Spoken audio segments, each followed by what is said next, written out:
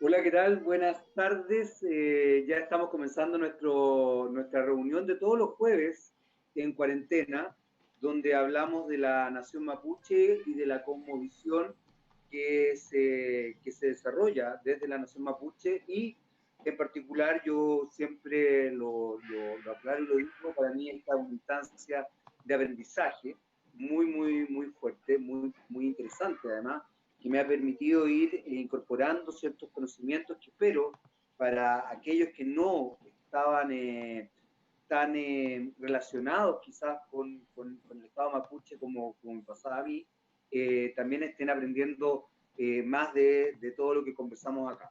Hoy día vamos a hablar de un tema tremendamente interesante, porque de alguna manera es un tema que permea todas las culturas y que tiene que ver con el tema del género, el tema del género desde las distintas perspectivas, desde el tema de la equidad, me imagino que también de la violencia, y vamos a conocer un poco cómo se estructura las dinámicas de género en la nación mapuche justamente. Para eso, como siempre, estamos con Juan Carlos Painequeo, con Nelson Loy, y tenemos además eh, dos invitadas para que nos expliquen, cuenten cómo funcionan las dinámicas de género. Una de ellas es Erika Ñanco, nacida en Temuco, de los Guarapura, no imperial. Ella está estudiando agronomía, y me tendrá que contar ella un poco más, en la Universidad de la Frontera, y es de la Asamblea de Mujeres de Gulumapu. Hola Erika, ¿cómo estás? Después no solo ustedes, muchachos, ¿eh? Hola Jaime, muchas gracias. Gracias chiquillo, gracias. Al Hola contrario, ahí. muchas gracias por Gracias. acompañarnos, ¿eh? Y nuestra otra invitada, ya llegó, ¿no, muchachos? Díganme si llegó o no llegó. ¿Está con nosotros o no, Margarita Calfío? Sí, ¿Está por ahí? Ay, Mari Mari, también, Mari, con gracias María también por Hola, la Margarita. invitación. Y disculpen, pero no tengo buena mi cámara y estaba viendo una foto, al final no me resultó, pero lo importante yo pienso es escucharnos. Así que no creo que sea tan relevante. Así que muchas gracias y saludos a todos y todes. Bueno, Margarita Calfío es de la comunidad de Historia Mapuche, estudió Servicio Social en la Universidad Técnica Metropolitana, es asistente social, tiene un magíster en Género y Cultura de la Facultad de Filosofía y Humanismo de la Universidad de Chile, y los pueblos originarios, también la interculturalidad, y actualmente vive en Temuco. Ya, Juan Carlos, Nelson, ahora sí les cedo la palabra a ustedes. Ya presenté a nuestra invitada, que era muy importante conocerla, y como nos explicó, está con la cámara. Don Nelson, don Juan Carlos, están tímidos hoy día. ¿Qué es lo que les Sí, pasa? sí. Sí, que les dé la palabra. Nelson. Mari Pupeñi, Mari Pulamien, Mari Compuche, Chaltumay, Feimeu, Mlepaimun, Inchinmeu, Tufachi Programa Meu, Chaltumay, la Mienérica, la Mien Margarita, Feimeu, Mleimud, Tain Programa, Tufachi Antumu, y bueno, Feula, Amutuain, que Amuli Tufachi Programa Meu, Feula. Bueno, las saludo a todos, todas en su casa, también la mía Erika, la mía Margarita, gracias por estar acá con nosotros. Y bueno, decía que ahora que en nuestro programa, y que ahora que corra el programa, que avance, que como se dice en el palín, ¿cierto? Amuli, que corra la pali está a salir. Mari Juan Compuché, Carlos, ¿está tímido? Mari. No, todo bien. Mari Pulambién, bueno, a todos los que nos ven todos los jueves, agradecerle nuevamente que nos acompañen. Eh, Antes de comenzar y empezar a hablar, yo creo que igual hay que aclarar un poquito que el internet puede que estar un poco malo. Puede que nos bajemos de repente, puede que nos caigamos porque estoy con el celular el internet del celular. Así que ahí ya esperemos que no falle. No sé cómo están las redes sociales, Nelson. Tú eres el que ve Instagram y Facebook. Está todo estamos conectados en Instagram, lo estoy viendo recién, se me había olvidado verlo. Pero en Facebook estamos conectados y en YouTube también estamos conectados. En Perfecto. Instagram me aparece como cargando, ¿eh? Pero a lo mejor ya. yo soy el que está equivocado. Dame un segundito. Ahí está, a ver. Sí, en Instagram también estamos. Perfecto. Tenía que recargar el celular. Está todo perfecto. O sea, estamos conectados, estamos en todas las redes en las cuales se desarrolla esta conversación en cuarentena. Y partamos inmediatamente, me gustaría primero preguntarle a Erika, ¿qué es lo que es la Asamblea de Mujeres de Urumapu, concretamente?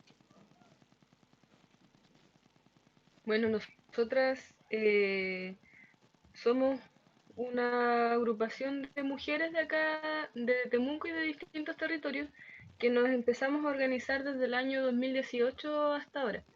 Esto surge como necesidad de poder organizarse entre mujeres de distintos sectores a raíz de las movilizaciones feministas que se empezaron a dar a nivel nacional en ese año y que empezaron en las universidades, con las tomas de la Universidad de Valdivia, luego Santiago y así sucesivamente en todo Chile.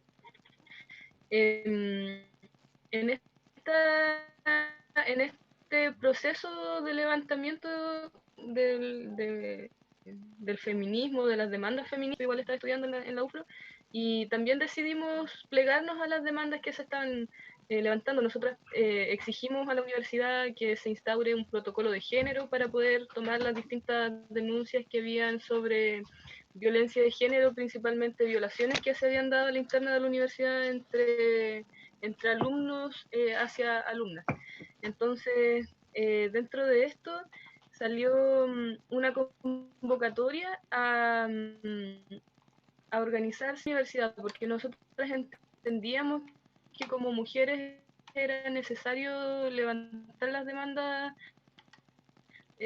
a la interna como estudiantes, pero menos que nos queramos cambiar el sexo y definamos nuestra sexualidad de otra forma, el sistema patriarcal nos va a seguir afectando siendo estudiantes o no, porque igual existen otras cosas por las que afuera uno se da cuenta en el mundo laboral, por ejemplo, el tema de las AFP, el tema de las ISAPRES, que les cobran más a las mujeres por ser mujeres, nada más que por eso, y así sucesivamente un montón de situaciones que son dañinas para nosotras a nivel intergeneracional. Entonces decidimos que no debíamos dejar nuestras demandas solamente en el tema estudiantil y debíamos avanzar un paso más allá para poder organizarnos con mujeres de distintos sectores, de comunidades mapuche. Bueno, yo soy del Lof Gualacura, pero igual hoy, actualmente estoy viviendo en Temuco, entonces ahí es donde me desenvuelvo un poco más. Y así también encontramos que era necesario levantar demandas que fueran directas desde nuestro territorio. O sea, Temuco no es, muchos hablan de Gualmapu como el país mapuche o no sé qué concepto podrías haber escuchado o en otros lados, pero nosotros decidimos que Gualmapu no es Temuco solamente. O sea, si nosotros hablamos de Gualmapu estamos hablando de todo el territorio ancestral mapuche, que no era solamente Temuco. O sea, hoy día nos encontramos con que el tema del lenguaje también crea realidades, dicen, y si nosotros nos referimos a Gualmapu solamente como Temuco o a la región de la Araucanía, también estamos haciendo un retroceso en las demandas que nosotros como mapuche llevamos años exigiéndole al Estado. Entonces, desde aquí surge la necesidad de también cambiar un poco el concepto. En la antigüedad, lo que se conocía como territorio mapuche, de este lado de la cordillera hacia el mar, al Pacífico, se conocía como Gulumapu, y esto abarcaba desde Copiapó más o menos en el norte hasta Chiloé en el sur. O sea, era el territorio extenso del territorio mapuche que habitábamos en la antigüedad, el territorio ancestral, y quisimos también de cierta forma reivindicar este nombre para poder ponernos en contacto con distintas mujeres a nivel nacional. O sea, no era solamente instalar las demandas de acá, porque la idea es que estas demandas salgan de acá, porque si no nos sirve mucho de dónde nos vamos a estar posicionando. Entonces, entendemos que nuestro territorio abarca todo esto y desde ahí también surge el nombre de la Asamblea de Mujeres del Gulumapu, que bueno, en un principio se pensó como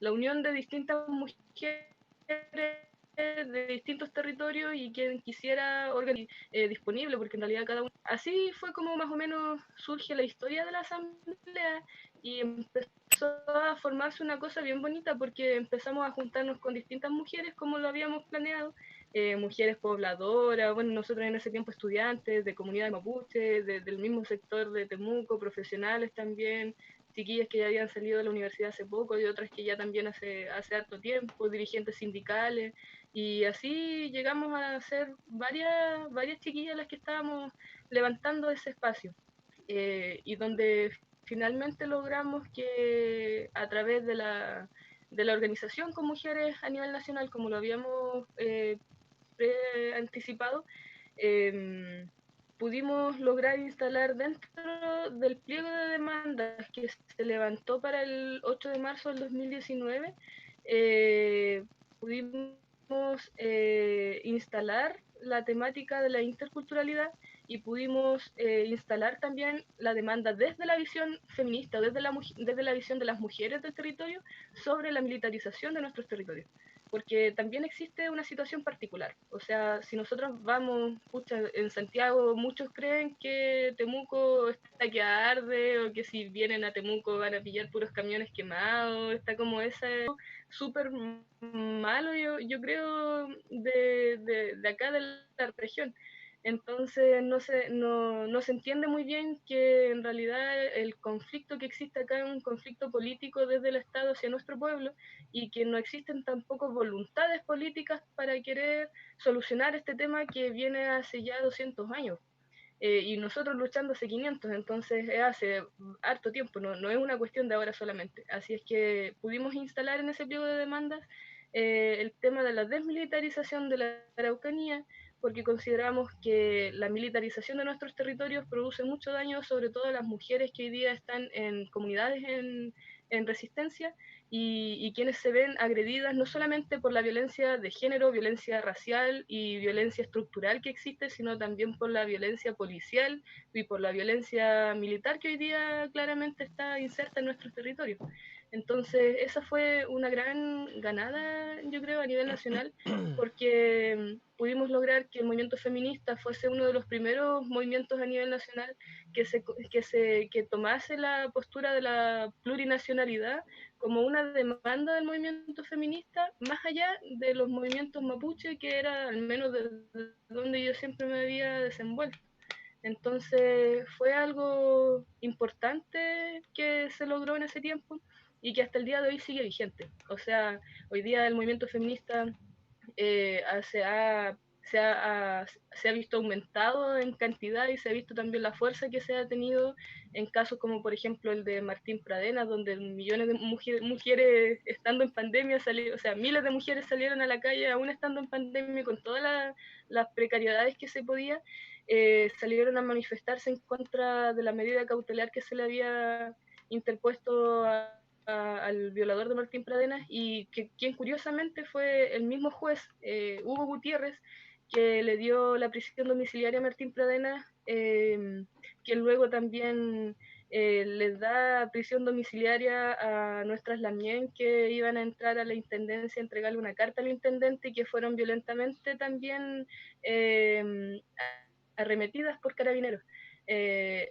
Entonces no son casos aislados. Nosotros nos damos cuenta que acá en la Araucanía no solamente vivimos violencia de género, sino también violencia policial, y en ese sentido es súper importante que nosotras podamos manifestarnos en contra de esta situación, para poder explicar cuál es la realidad que está sucediendo. Entonces eso es como más o menos la introducción a cómo empezó esta asamblea y cómo se han ido dando las situaciones hasta ahora. Perfecto, perfecto. Gracias Erika. Pero quiero aprovechar algunas cosas que plantea Erika, Margarita, para ver si me puedes también, desde tu conocimiento y desde tu área de expertise, de alguna forma, los países que racializan también ciertas comunidades establecen dinámicas obviamente racistas. En Estados Unidos, por ejemplo, muchas mujeres dicen que no solamente hay una vulneración por el hecho de ser mujer, que es lo que promueve el movimiento feminista, sino que también si esa mujer es afrodescendiente, de raza negra, se profundiza la vulneración. De alguna manera, por lo que está planteando Erika, Margarita, me gustaría también ver cómo tú, escuchar, digamos, cómo tú has visto estas dinámicas de racialización respecto a las mujeres en el pueblo mapuche y en otros pueblos originarios, y si esto de alguna forma establece dinámicas diferenciadoras en relación a la violencia de género también, más allá de que después nos vamos a meter, no se asusten cabros, nos vamos a meter en cómo se va desenvolviendo la historia y el tema de género en la nación mapuche, pero también quería aprovechar justamente lo que planteaba Erika para preguntarle a Margarita, dado los conocimientos que ella tiene. Hasta con eso mismo, está con el cosito apagado. Sí, gracias. Saludos también a Erika. Bueno, respecto a la pregunta, yo siento que las mujeres mapuche en específico son protagonistas de una complejidad de opresiones, ¿no? Y esas opresiones están definidas por múltiples factores, o sea, ser mujeres, ser del campo, rurales, ser mapuche, se van cruzando, ¿no? Y eso no lo digo yo, lo dicen también los estudios. Hay estudios en distintos años que van demostrando esto. Por ejemplo, el año 2009 el Instituto de Desarrollo Humano realizó, ¿no es cierto?, un estudio que dio cuenta que ser mujer mapuche, habitante en las zonas rurales de la Araucanía, aparece como la situación de mayor observada. Después del 2010 también se hace una encuesta de acción humanas y el 99% de las mujeres de pueblos indígenas sufren y perciben mayor discriminación en todos los ámbitos de su vida diaria, cotidiana. Y también que un 64% de esas mujeres indígenas percibe desventaja. Entonces, efectivamente, y eso es algo real, porque lo sienten en su vida cotidiana. ¿Ah? Porque quizás ganan, bueno, los estudios lo dicen, ganan mucho menos que las mujeres que no son de pueblos indígenas.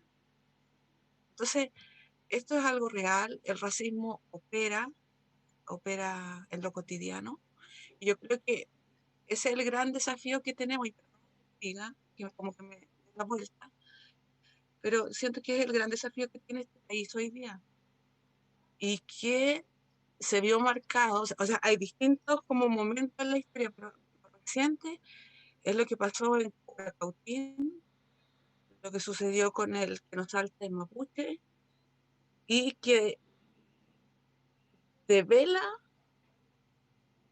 como el racismo en su máxima expresión. Algo que se pensaba que era del siglo pasado, del tiempo de colonos, así, que da una cachetada. Entonces, ante eso, bueno, hay que decir con personas de Haití y así. Chile es un país muy racista y muy clasista, pero ¿cómo trabajamos en lo cotidiano para romper con eso? Porque también podemos hablar de que es algo súper importante, un gran desafío y tal, pero como decía Rodrigo Curipá, me parece, en una entrevista en la televisión, eso no te asegura que ahí esté el pueblo originario, o en este caso el pueblo mapuche representado, porque hay una serie de mecanismos también ahí, y donde también las mujeres están bastante lejos, ¿no? Porque si bien se está hablando de esto, el tema de la paridad es un desafío, ¿ah? Y lo digo desde abajo hacia arriba, bien desde las comunidades. Yo me presento también, porque es importante situarse de dónde uno opina y de dónde uno referencias también. Yo nací en Santiago, ¿no?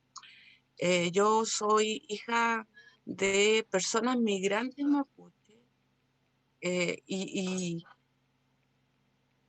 establece, ¿no es cierto?, en la diáspora mapuche, que se habla de esa oleada mapuche que salió del campo para mejorar su situación, cuestión que sigue, intermitente, pero sigue. Y entonces mi realidad es como al revés, yo me vengo acá al sur, a Temuco, porque pienso y siento que acá es como el corazón de este Gualmapu que hablamos. Y ese también es un gran desafío. Es gran desafío, pero todo está en construcción. Eso. Bien, Margarita, muchas gracias. Hay varios elementos, Nelson, Juan Carlos, ahora sí les voy a dar la palabra, que creo que son interesantes y que me gustaría también saber desde otra perspectiva. ¿Cómo se construye dentro de la cosmovisión mapuche el tema de género? ¿Es un tema relevante? ¿Hay distinciones en función del género? ¿Hay una visión binaria del género? No existe esa visión binaria. Por supuesto, Erika, Margarita, ustedes también aquí, sería maravilloso tener la opinión y la mirada de ustedes. Yo tuve la oportunidad en algún minuto de estar en la Polinesia, por ejemplo. En la Polinesia hay, en ciertas instancias, se establece la idea de que el hijo mayor sea hija. Por ende, si nace una guagua con pene, lo voy a poner en esos términos, se la cría como mujer. Y de hecho es considerada una mujer muy particular y muy importante. Y no tiene ningún tipo de mirada discriminadora para nada. Ella se casa con un señor que tampoco es visto como con una orientación sexual particular. Y por supuesto, dada su condición de no tener útero, no puede tener hijos, pero sí se le permite que adopte hijos y tiene una condición, una impronta social muy importante y es bien relevante. ¿Por qué pongo esto en el tapete? Porque justamente en el mundo maorí, en ciertas culturas del mundo maorí, no hay una concepción binaria, por ejemplo. ¿Qué es lo que pasa con la nación mapuche? ¿Existe esa concepción de hombres, mujeres, sí, no, más o menos? ¿Cómo se va dando a través de la historia? Insisto, Erika, Margarita, por favor, acá ustedes también tienen mucho que decir, así que yo solamente pongo el tema. Don Nelson, parto con usted, que siempre hace como el recorrido histórico. Mientras usted habla, yo voy a buscar mate, porque los veo a todos tomando mate. Pues, La Erika, está bien ponerse a tono. Porque yo estoy en la cocina.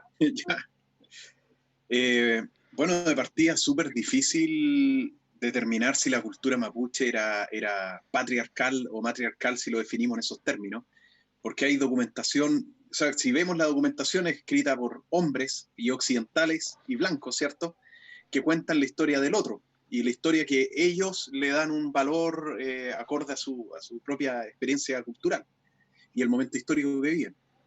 Pero en ese sentido, hay Ricardo Lacham, que hemos hablado varias veces en el programa de él, que fue un antropólogo chileno-británico que del año 29, Juan Carlos, te acuerdas bien la fecha, 28, escribió su libro sobre las razas al final y todo. El 36, bueno, él me plantea parece. de que la 36 parece. Él plantea de que la cultura mapuche era originalmente matriarcal. No aporta una documentación, no se fundamenta tanto en un antecedente concreto que pueda acreditar fehacientemente eso, pero sí dice, ¿cómo lo interpreta él en general? Resumiendo, en que el nombre de los hombres no llevaba el nombre de los padres. Por ejemplo, supuestamente el papá del Estraro se llamaba Curiñanco, supuestamente. Imaginemos que es así. ¿Cómo se transmite el linaje de los ñancos a los traros? Eso era lo que nos explicaba Lacham. Entonces él dice que en realidad era una cultura matriarcal. Y como era una cultura matriarcal, en realidad la mamá era de los traros. Los traros, que son los llamados carancho también, se fijan, carancho le dicen en Argentina, en Puelmapu. Pero también hay un trasfondo acá, porque Lacham trata de explicar y de justificar su teoría de que el pueblo mapuche llegó desde lo que hoy es Argentina, invadió este territorio y dividió en dos una cultura que era la supuesta chincha chilena, y ahí nacen los picunches, mapuches, huilliches, un tema que hemos hablado muchas veces y que no voy a profundizar. Entonces él dice que la lengua en realidad mapuche da a entender como que habría desaparecido, porque la que permaneció en el tiempo fue la de la madre, y la madre eran las mujeres de los vencidos, que eran los chinchas chilenas. Y ahí como que él entra a justificar esto y arma un enredo que a mí no me convence, por lo menos. Y hay yo sé, no los conozco, así que las lamienas ahí podrán aportar, o Juan Carlos si lo sabe. Yo sé que hay unos estudios que han salido sobre este tema, que últimamente modernos, donde plantean de que la cultura mapuche era inicialmente matriarcal. Y una de las cosas que dice también Latcham es que posteriormente uno ve en el siglo XVIII, XIX, de que los linajes se transmiten vía padre. Por ejemplo, con los curas. Huente cura, padre de Calfo cura, padre de Namun cura, padre de Namun cura, padre de Namun cura, de Namun cura, y así sucesivamente. Entonces ese cambio que habría generado, que se habría dado en el tiempo, habría sido debido a la influencia del patriarcado, en este caso español, occidental, que se habría transmitido a la cultura mapuche. Esa más o menos, a grosso modo, la hipótesis de Latcham. Ahora, si vemos en la cultura mapuche, claramente hay una dualidad, y tenemos que hay una consideración también en torno a las edades. Hasta el día de hoy, y si uno ve los cronistas antiguos, también hablan principalmente los que trabajaban la lengua y los religiosos, hablan de esto del Huenuchau, Huenucucé, o Fuchachau, Huenucucé, Ulchadomó, Huechehuentru. Está esa dualidad, pero también en las etapas de la vida, el joven, la joven, el anciano, la anciana, y a ellos se les pide. También hay una separación de roles, también a lo largo de la historia, pero hasta por ahí nomás, porque se habla muy poco en la historia occidental, en la historia del Estado. Se le da un rol protagónico a la mujer mapuche, o sea, no se le da un rol protagónico a la mujer mapuche. Siempre se le asigna esta cosa de las labores de la casa. Se dice un poco la similitud, por ahí escuché alguna vez una comparación bien fea, un historiador que decía, los mapuches son como los leones, decía que el hombre era el que iba a la guerra nomás, pero no cazaba, porque la mujer hacía todo el trabajo y el hombre estaba para pegar garrotazos, lo cual es falso, por supuesto. Y las mujeres, por ejemplo, hay descripciones de batallas donde se encontraron los españoles sorprendidos que debajo de las armaduras y de los cascos, de los capacetes, se encontraban con una mujer que había peleado de igual a igual como los hombres. Pero eso se aborda muy poco en las fuentes, casi no se habla. Que las mujeres también en el ataque de Lautaro a Concepción, no me acuerdo qué cronista lo dice, los españoles estaban esperando ya y aparecen las mujeres por otro lado, en otro cerro, como un contingente que los españoles no sabían que eran mujeres y que probablemente sabían pelear también, y ahí los españoles arrancan y cae Concepción.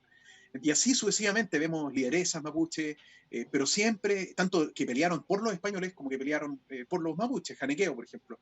Juana Malén, creo que se llamaba la que peleó por los españoles, que dirigía a un batallón de flecheros.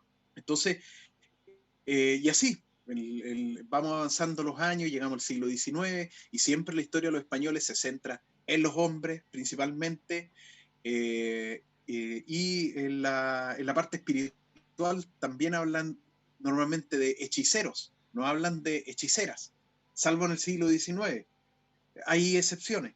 Entonces, es difícil un poco determinar a la luz de las fuentes, me estoy yendo a las fuentes, sobre todo en la parte, la invasión, en la parte temprana de la invasión española, el rol de las mujeres, porque los españoles lo obvian, lo invisibilizan. Y tal vez uno puede tomar las hebras de estos relatos que acabo de mencionar, o de otros que se me queden en el tintero, y también, sin duda hay más, pero es poco lo que se habla. Después, ya a partir del siglo XVIII en adelante, y XVII, tal vez mediados del XVII en adelante, ya las fuentes empiezan a ser un poco más abundantes en la participación de las mujeres, pero siempre el enfoque del español es asociado a la guerra, a la parte, los curas preocupados del demonio, ¿cierto? De que los machis que tienen pacto con el demonio, y a la organización social, política mapuche, y no hay tanto apego o tanto interés en informar. Desde ese punto de vista, da la sensación de que en definitiva, como se ha establecido un relato desde lo chileno, lo español, es lo que tergiversa o podría tergiversar esta posibilidad de entender que la cosmovisión de la nación mapuche es matriarcal. Desde ese, y por lo mismo, Juan Carlos, quería saber qué es lo que pensabas tú al respecto, porque, por ejemplo, uno asocia la imagen de la machi a una mujer, que lo estoy hablando desde la ignorancia más absoluta y quizás desde el cotidiano. Sin embargo, y lo hemos conversado otras veces acá, existe la figura masculina de machi, entonces sería la machi o el machi, no tendría que tener género, se establecería desde otras miradas. ¿Cómo se va construyendo esto? Porque la sensación que yo tengo también, y aquí quiero que Erika y Margarita después también puedan dar su opinión, es que por lo que está contando Nelson, no sé qué es lo que vaya a plantear tú, Juan Carlos, este dejo, este sacar la cultura matriarcal tiene que ver justamente con la imposición de la cultura judeo-cristiana desde la invasión española y desde el Estado chileno. ¿Es así o no? ¿O hay efectivamente de pronto una interculturización que hace que las dinámicas matriarcales se vayan perdiendo en el tiempo? ¿Cómo lo ves tú, Juan Carlos? Bueno, igual aquí, bueno, lo que plantea Nelson se refiere precisamente a un lado de la historia, que es el lado de la fuente española, de la fuente chilena, de la fuente occidental, que mira desde su propia óptica al otro, con sus propios prejuicios, con sus propias visiones, y lo cataloga bajo ciertos parámetros, ¿verdad? Para tratar de entenderlo como un ejercicio que sucede. Pero revisando como los relatos mapuches, porque tenemos varios tipos de relatos. Tenemos el relato ya que se transmite en la comunidad, ese relato que está en Mapudungún, o ese relato que ha pasado de generación en generación, pero también encontramos otro tipo de relatos que ha sido transcrito por gente no mapuche y ha sido transcrito en algunos textos, por ejemplo, Pascual Coña, los textos de Tomás Guevara y otros más. Entonces podemos ir ahí buscando información en diferentes partes. Pero lo que por lo menos siempre se ve hasta la antigüedad, siempre se habla de una suerte de dualidad, pero entendida en cuatro elementos fundamentales. Por ejemplo, el relato este que hablan después, posterior a Tren Tren y Kaikai, habla de la mujer anciana, del hombre anciano, de la mujer joven y del hombre joven. No plantea esta lógica de solamente de la mujer o solamente del hombre. Y eso, y también hay muchas oraciones, o cuando se hacen estas rogativas, el Yeyipún, o se hacen Guillatún, algunos loncos, algunas machis, hablan de estos cuatro elementos, ¿no? De repente sale el Chau Quenechen, que sería como esta semejanza a Dios, quizá un poco occidental, pero generalmente siempre aparece, va apareciendo dentro quizás dentro de la cultura más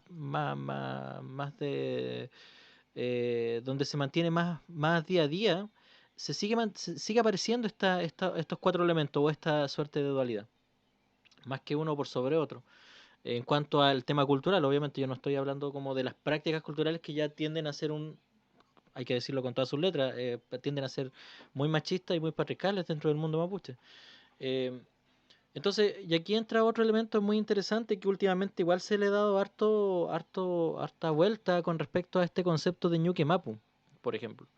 Este concepto de Ñuque Mapu que empezó a utilizarse como en el 80 principalmente, como quizás como un símil del concepto Pachamama de los pueblos hermanos del norte, que habla de la madre tierra, ¿verdad?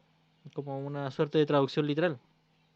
Sin embargo, dentro de la misma estructura del Mapudungun, Ñuque Mapu sería como. Faltaría una partícula ahí que sería Ñuque ni Mapu, que sería la tierra de mi madre, una cosa así.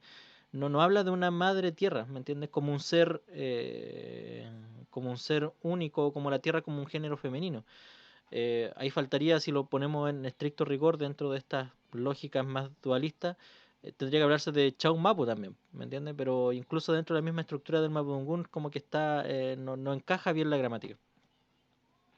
Entonces ahí vemos algunos elementos que vemos que van entrando también dentro de la cultura, que tienden como a poner en supremacías de género, ya sea como el matriarcado que plantea el Acham, o también los mismos conceptos que integraron los españoles y también el Estado chileno después con la escuela, de que el hombre era superior a la mujer. Y eso yo creo que permeó mucho al mundo mapuche, y eso hay que decirlo. La gente anciana es muy como de este relato todavía que se transmitió en la escuela a la fuerza, donde te hacían ir a la escuela, a veces cuando eran escuelas misionales, le hacían como rezar a la Virgen, y después te metían todo el tema de que Dios y después la Virgen como un ser quizás casi como subordinado al hombre.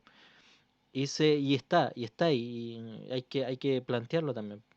Pero siguen apareciendo, como te digo, dentro de las rogativas, dentro de algunos relatos antiguos, esta suerte de dualidad, de esta suerte de cuatro elementos fundamentales que se dividen en dos, pues, se dividen como hombre y mujer. Pero entonces yo creo que ahí habría que como hincar el diente en cuanto a pensar si la sociedad mapuche o la cultura mapuche es binaria, no binaria, si es un matriarcado, un patriarcado. Hay una suerte de lucha entre lo antiguo y lo nuevo, y lo nuevo principalmente lo occidental.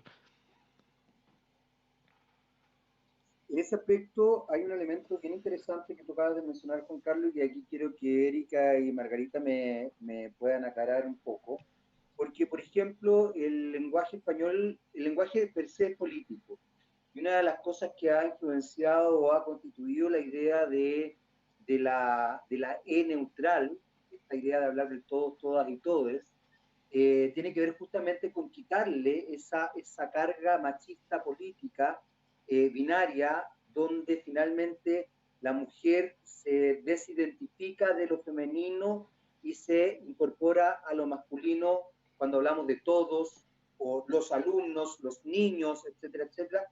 Eh, Hay muchos lenguajes, el alemán, por ejemplo, tiene lenguaje neutral, el inglés tiene lenguaje neutral, en general los idiomas que tienen alguna raíz eh, anglicana, no sé cómo necesitaríamos a un lingüista acá para que me dijera cuál es la raíz, pero tienden a tener lenguaje neutral. El lenguaje, el mapudungún tiene la concepción neutral. ¿Por qué lo pregunto? Porque yo creo que como el lenguaje político también se establece desde ahí una dimensión que nos podría hacer entender un poquito más cómo se percibe lo masculino y lo femenino. Por otro lado, la concepción binaria es muy judeocristiana, pero me da la sensación de que también se establece, y ahí quisiera escuchar a Erika y a Margarita, escuche. ¿Cómo lo ves tú, Erika? Y después vamos con Margarita. Bueno, yo no soy hablante del mapuzungún, pero aprendí cuando era muy niña. Estudié en una escuela rural donde la mayoría de los profes eran también hablantes, y ellos me enseñaron en aquellos tiempos donde la interculturalidad no era parte del programa educativo del Ministerio de Educación, a diferencia de ahora, por ejemplo, que si bien igual es precario la interculturalidad que se está entregando en los colegios, porque además se considera como el porcentaje de niños mapuche que estudian, igual hoy en día existe como una mayor apertura, a diferencia de antes, donde, no sé, mi papá fue castigado por hablar mapuzungún, mis abuelos también, y por eso también ellos decidieron de una forma también para no sufrir, que es una realidad no solamente de ellos, sino en general. Desde ahí me enseñaron un par de palabras que pude aprender, cómo presentarme y todo eso, y también pude aprender los pronombres personales, por ejemplo, que son algo súper importante. Y dentro de los pronombres personales no existe el él ni el ella, existe yo, tú, nosotros, nosotros dos, ellos todos, pero no existe esa diferenciación entre mujer, hombre, si eres él o si eres ella. Solamente se habla de todo. Bueno, me imagino, claro, es un idioma neutral. Em, yo antes tampoco me daba cuenta de eso, pero con el tiempo me empecé a percatar de que, claro, decía, ¿por qué tanto pelean con el todes, todes, si el mapuzungún nunca se ha peleado por una supremacía de género en el lenguaje? Siempre ha sido bien dual. Y también desde niña me enseñaron que nosotros como pueblo veíamos la vida de manera dual. Eso era lo que primaba, o sea, hombre, mujer, cumplíamos ambos un rol de género y ese rol se complementaba porque así existía el equilibrio. Pues.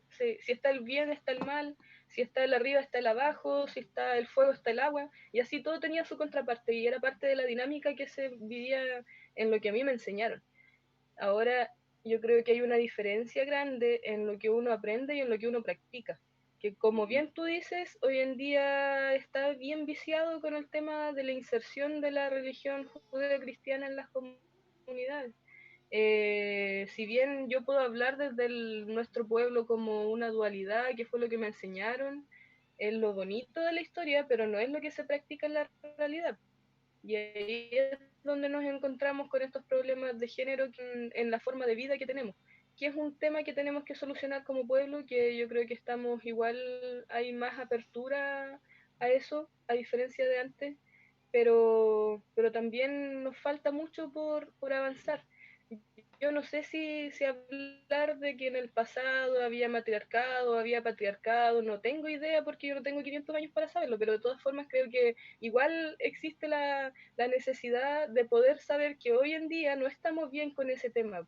Y tal vez en un pasado estaba bien, quizás en un pasado había matriarcado, quizás no sé cómo era la dinámica, insisto, pero lo importante es ver cómo nosotros hoy hacemos que nuestra cultura no sea una cultura donde exista supremacía de género de uno por sobre el otro y desde donde podamos hacer que nuestra realidad hoy en día y en un futuro no exista la violencia de género, porque sí existe, es una realidad que hay que hablarla y hay que conversarla porque es una realidad que no se puede ocultar. O sea, si nosotros nos ponemos a decir que como pueblo somos, no existe violencia de género, no, pues eso no es verdad.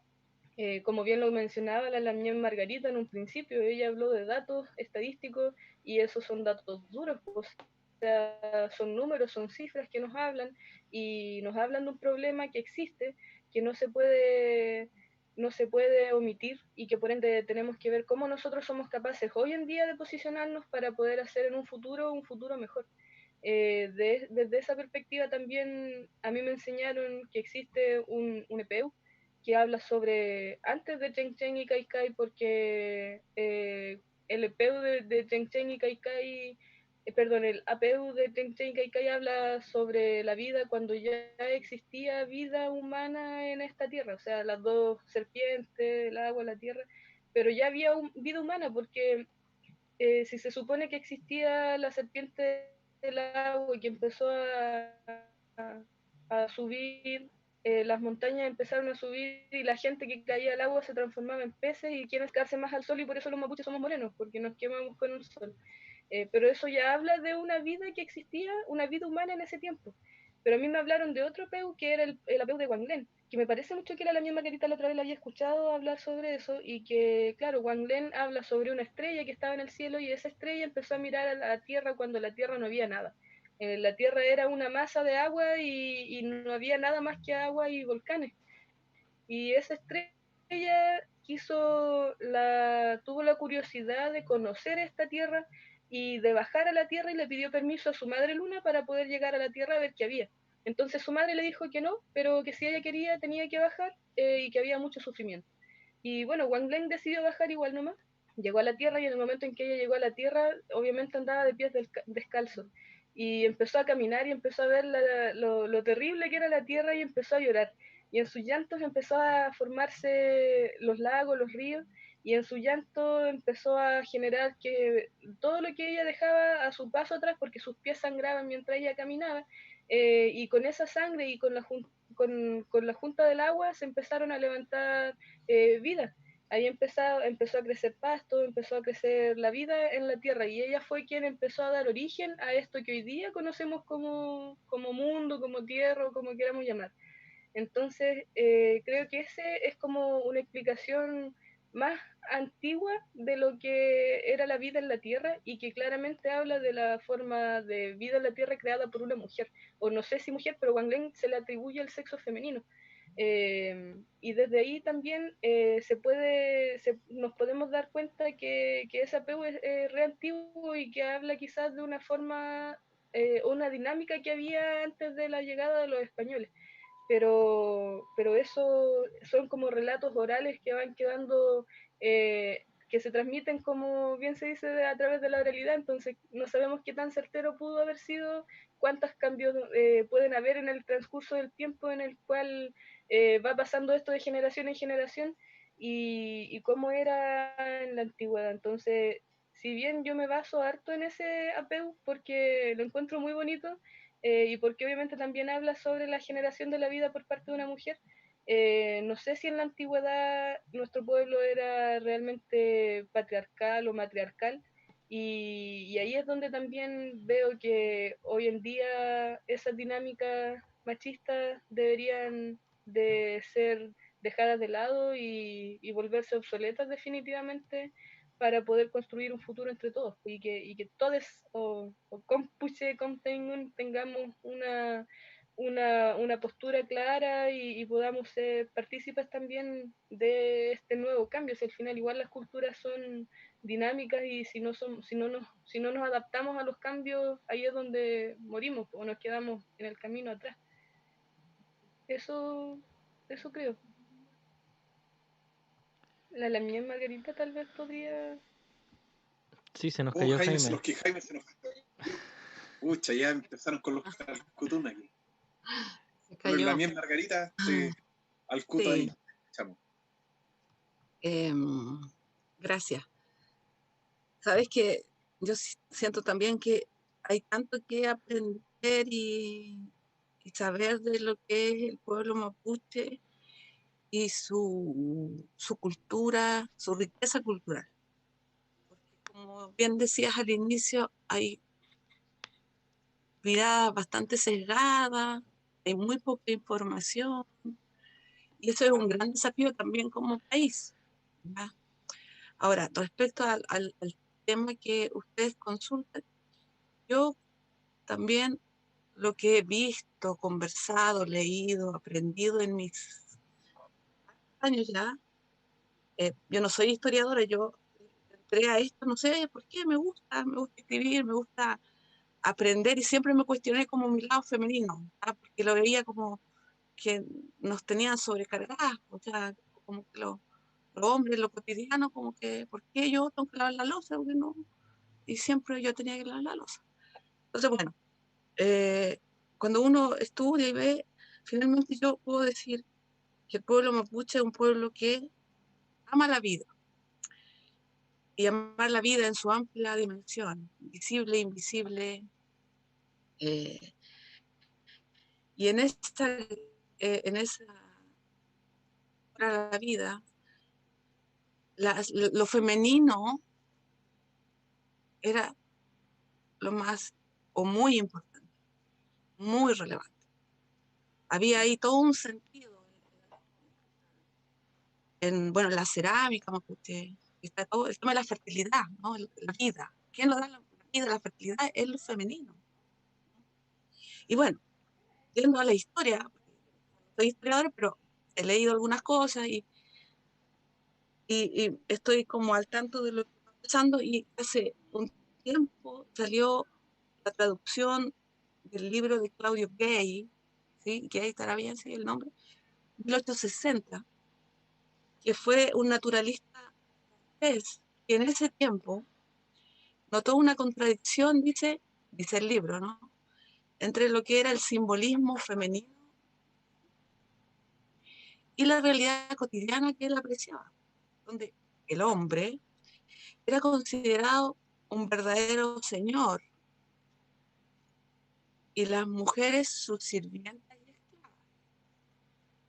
Y él dice, la gran superioridad que el araucano ha conquistado sobre su mujer proviene, sin duda, del imperio que el tiempo ha dado a su fuerza, el imperio español. ¿Mm? Entonces, de ahí, o sea, la operación fue maquiavélica, pero ella empezó a subvalorar lo femenino, y hay distintas estrategias. ¿Mm? Yo no sé si lo pudiese llamar así, no sé por qué tengo que llamar así, Y yo ahora me cuestiono todo, todos los conceptos, todo hay que cuestionarse. Y siento yo, por lo poco que sé, por eso el gran desafío, que el pueblo mapuche era fundamental lo femenino, toda su amplia dimensión. Eso es base. Y ahora respecto al tema género, esa amplitud daba también para obviamente lo masculino, obvio, porque lo masculino también es vida. Entonces, por ejemplo, hay personas, como siempre han existido personas que son de otro género, que yo no puedo decir este es un hombre o una mujer. Hasta uno mismo se cuestiona en cierto ¿qué es ser hombre? ¿Qué es ser mujer? ¿Cómo se establece? ¿Ah? Bueno, esas personas siempre han estado. He apreciado, ¿ya? Son distintas situaciones donde hay respeto a esas personas, porque en muchos casos son personas machi, chamanes, ¿no? Personas que manejan poder, y ese poder está en lo femenino y lo masculino. Muy interesante eso. Hay historia y hay temas antropológicos, hay de investigación de Magic, son historias muy, muy interesantes, que están por tierra todos los cánones de género, de hombre, mujer. No, hay múltiples géneros. Hay travestis, ¿entiendes? Hay una machi, chamán, que eran personas que estaban muy, muy lejos, alejadas de toda relación. Entonces, hay una riqueza ahí enorme que siento yo que sería un gran aporte para el país. Las mujeres siempre han estado. Hay también historias, ¿no? Porque a veces se ve a las mujeres mapuches invisibles ahí, segundo plano, violita, no hablar nada, ahí, solo trabajar y trabajar.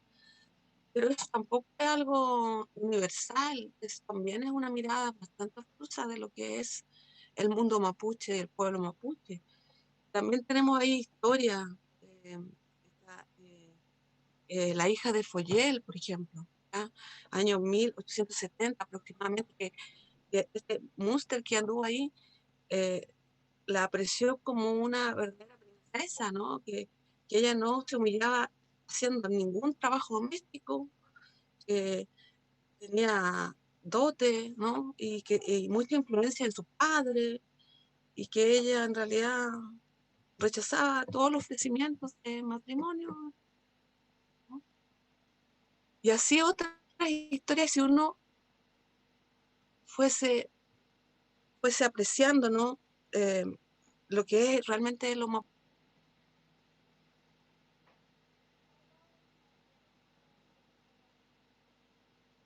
Parece que ahí...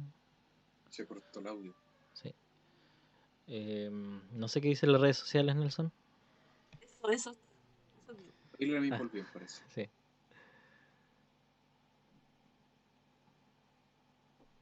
Ahí se volvió a cortar.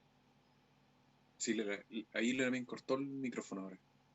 Se ve como. Sí, Parece sí, que pasó a cortar el micrófono. Sí, es que ahora parece que lo empecé a llevar, pero ahí como que ya estaba terminando. Lo que iba a decir también que en el pueblo mapuche tenemos personas que, por ejemplo, son evangélicas y que no toleran a las personas que son, que no calzan, digamos, con los hombres y mujeres que ellos tienen en su cabeza, ¿entiendes? Son más religiosos. O sea, hay una diversidad de apreciaciones, pero yo siento que desde lo más antiguo, ¿no? Más de libertad que tenía el pueblo mapuche, eran personas respetadas en todo el amplio sentido. Eso. La isla también. Ahí interesante esa perspectiva también ampliando, bueno, yo debo decir que no sé, una de las cosas que conversábamos con Juan Carlos le decía, chuta, yo no sé nada de género, y y es difícil para uno opinar, uno se apega más a tratar de ver las perspectivas desde la historia, que es donde uno, por lo menos yo conozco más, pero de género, por ejemplo, una conceptualización de qué es el patriarcado, qué es el matriarcado, no lo sé. Uno tiene nociones generales como cualquier persona.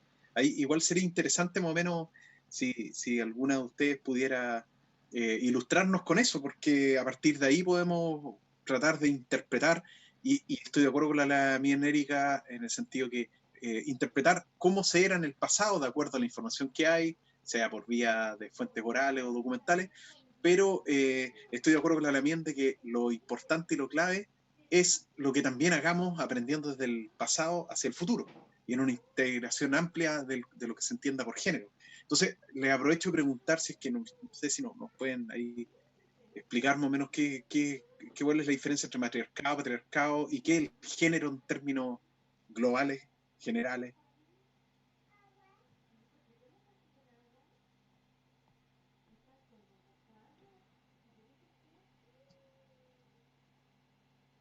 No sé qué podría responder la Mineri o la misma Margarita.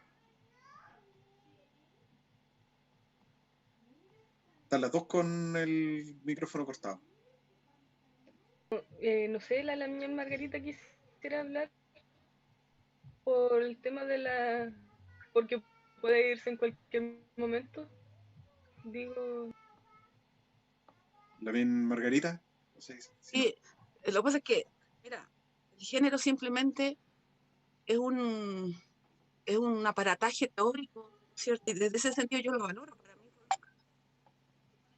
entes así especiales donde tú ves todo con perspectiva de género. ¿En qué sentido? Por ejemplo, en el mismo trabajo, dicen, no, si aquí estamos bien, las mujeres ganan más o menos lo mismo y qué sé yo, pero cuando tú haces como encuestas, donde haces preguntas que son relevantes, te vas dando cuenta que no, pues, en qué sentido que las mujeres que somos madres, ¿no? Nosotros tenemos eh, en su momento el tiempo que tenemos que dedicar a nuestros hijos e hijas, ¿no? Eso siempre ha sido como un obstáculo, y eso también como sociedad, como que fuese un problema, ¿ya? La maternidad no se ve como un bien social, ¿ya? Bueno, esa es una visión, pero también yo echo de menos como desde la perspectiva también de género, que no es solo mujeres, sino que también son los hombres y otros géneros. A otros géneros me refiero a personas que no se identifican con ser hombre o mujer. Ahí tú tienes una gama infinita de personas. ¿Ah? Ahí están las personas, ¿no es cierto?, que dicen LGBTI, y hay otras siglas, ¿ya? Que esas personas también se organizan y son las personas más que sufren mayor violencia en lo cotidiano. Imagínense, por ejemplo, mapuche, travesti, que hay personas también con esas características, ¿ya? Que ni siquiera las nombramos. ¿Ah? Bueno, entonces, eso es la perspectiva de género, cuando tú hilas en lo fino, ¿no? ¿De qué está pasando? Si yo voy a hacer este proyecto, a ver, los horarios estarán bien para las mujeres, ¿ah? Y para los hombres, por ejemplo, un tema muy de hombre, el tema médico, los hombres no van al doctor a hacerse chequeo, ¿ya? Es un tema muy los hombres como que no, que ellos son sanos, se creen que no pasa nada, ¿sí? Que son, ¿no es cierto?, súper hombres, y llegan a las últimas consecuencias. Las mujeres no, vivimos más porque también nos cuidamos y vamos por los hijos, por las hijas, no sé. ¿Ah? Entonces, en los temas de salud tienes que ver la forma de llegar a los hombres ahí para ver que se hagan los chequeos a tiempo, por ejemplo. Estoy dando solo ejemplos. Entonces, el género es un aporte teórico, metodológico, que te abre los ojos y los sentidos. Yo creo que también te abre la sensibilidad, ¿no? Respecto a personas que son diferentes o que la sufren más, ¿ah? Porque son mapuches o porque son negras, ¿ah? O porque son, qué sé yo, personas con discapacidad, que decimos, yo aprendí que todos tenemos discapacidad, yo uso lentes, por ejemplo, tengo una discapacidad visual, ¿ah? Como que fuese el otro ahí muy lejano, y no. Entonces, eso puedo decir, y desde la historia, claro, que ves los libros, puros hombres, pero no todos los hombres, po, que no todos los hombres son iguales, ese es el aporte del género. No todos los hombres son el superhéroe escogido en carrera o con esas características. Eso, por ejemplo, a mí una gran pregunta que yo me hago siempre, y ojalá algún día lo pueda hacer. Yo tengo familia por mi lado paterno que es negra, de hombre, era un soldado que negro, del Perú venía el padre de mi abuela paterna, apellido Venancio. Y yo averiguando, vienen de Perú negro, totalmente, él venía, era esclavo, que después se metió y vino acá y se casó con una mujer mapuche, y ahí mi familia también. Qué interesante es. ¿Ah? ¿Cómo pasa? Pero hay mucho aquí, Curigüentro, Curipil, Curiñanco, eso es negro. Aquí hubo presencia afro. ¿Ah? ¿Hasta qué punto? Porque el tema del cultrún será un aporte afro, me pregunto yo. Y otras preguntas también. ¿Ah? Lo hemos estudiado, no porque, pero sí los hay, siempre los ha habido, siempre habrá. ¿Ah? Y ahí tenemos cruces con el mundo. Interesante. Bueno, eso, me callo. Mire, quería leer unos comentarios de Facebook. Bueno, el Peñi Jorge Cayupil nos saluda desde Furiloche. La Lamien Claudia Quilaqueo también. Marimari Peñi, Marimari Lamien. Lamien Caro Ojea también nos saluda. Y bueno, aquí entrando ya a lo que estamos conversando, Carola Inostroza Gaimán dice, Carola Naranjo Inostroza Gaimán, se profundiza la discriminación y la desigualdad en contexto ser mapuche. Mujer y pobres, entre comillas, las mujeres son más indias, cierra comillas. Construcciones de género sí, dice ella misma, pero diferentes a la occidental colonizadora. No, esto en realidad es el contexto de lo que íbamos conversando delante, para no perdernos. Acá dice que la construcción de género hay que estudiarla desde la cosmovisión y sobre todo los mitos, el de creación. Por ejemplo, un análisis que hacemos quienes estudiamos el género en distintas culturas. Ahí se puede establecer lo simbólico que se podría traducir en prácticas ante la conquista y colonización. Ese es un dato para aproximarse. Después Nancy Ríos Rivera Huencho dice, ¿cómo las reconcilia la bigamia, dicha en términos Winca? Eso de tener más de una esposa, esto se contradice con el concepto de matriarcal, ¿no? Ese es todo un tema, por ejemplo, que desde la llegada de los primeros cronistas españoles, de Pedro Valdivia en adelante, hablan de la presencia de loncos, y por supuesto que la iglesia está en contra que los gulmenes, más que los loncos necesariamente, tuvieran, o sea, un hombre con varias esposas. Y por eso también preguntaba un poco para entender qué es matriarcal, qué es patriarcal, todo eso, porque nos permite, si uno le va a asignar una categoría, por ejemplo, a ese comportamiento social y tal vez y político también, porque generaba redes de poder dentro del Gulumapu, el Polmapu, etc.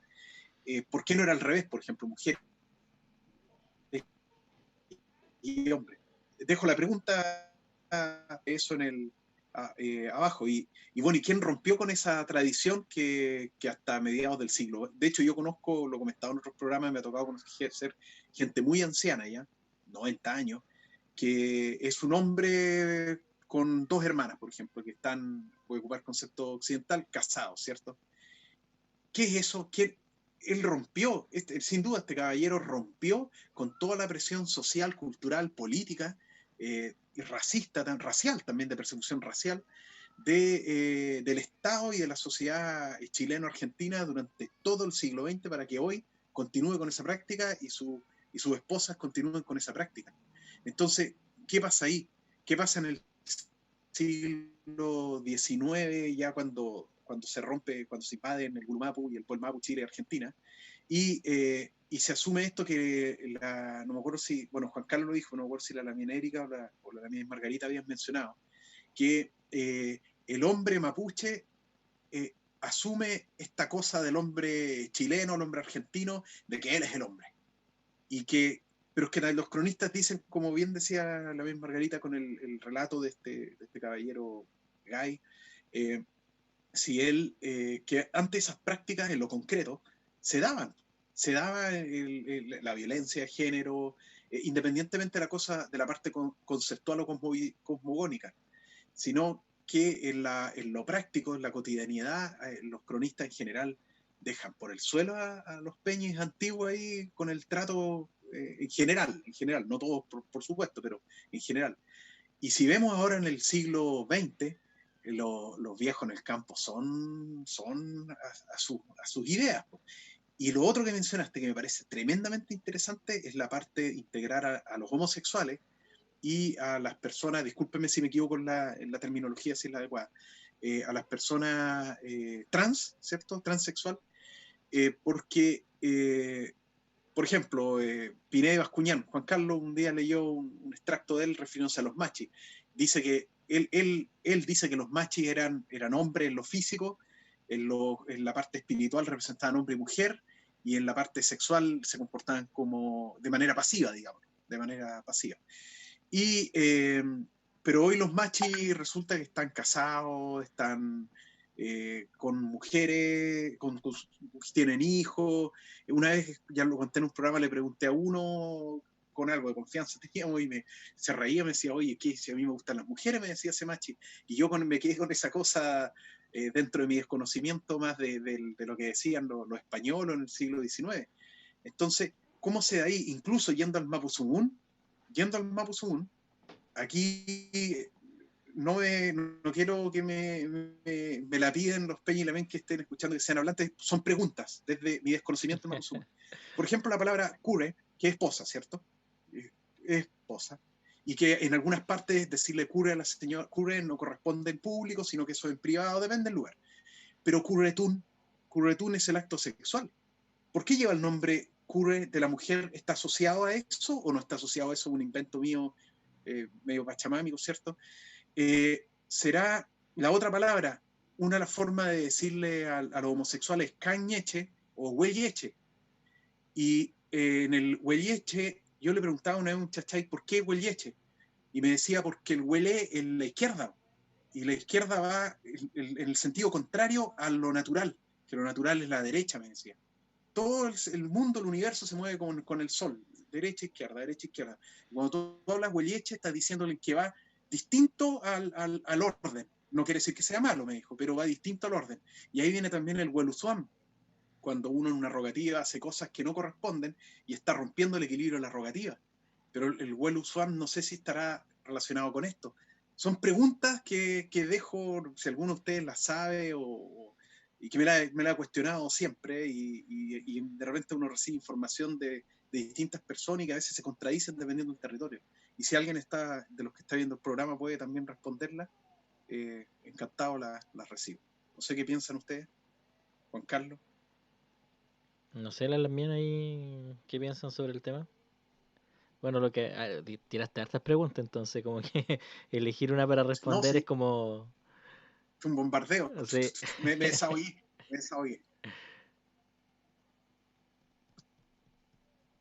¿Qué Bueno, opina el ñaiki? ¿Ah? ¿Qué opina el ñaiki? Ah, zapatillas.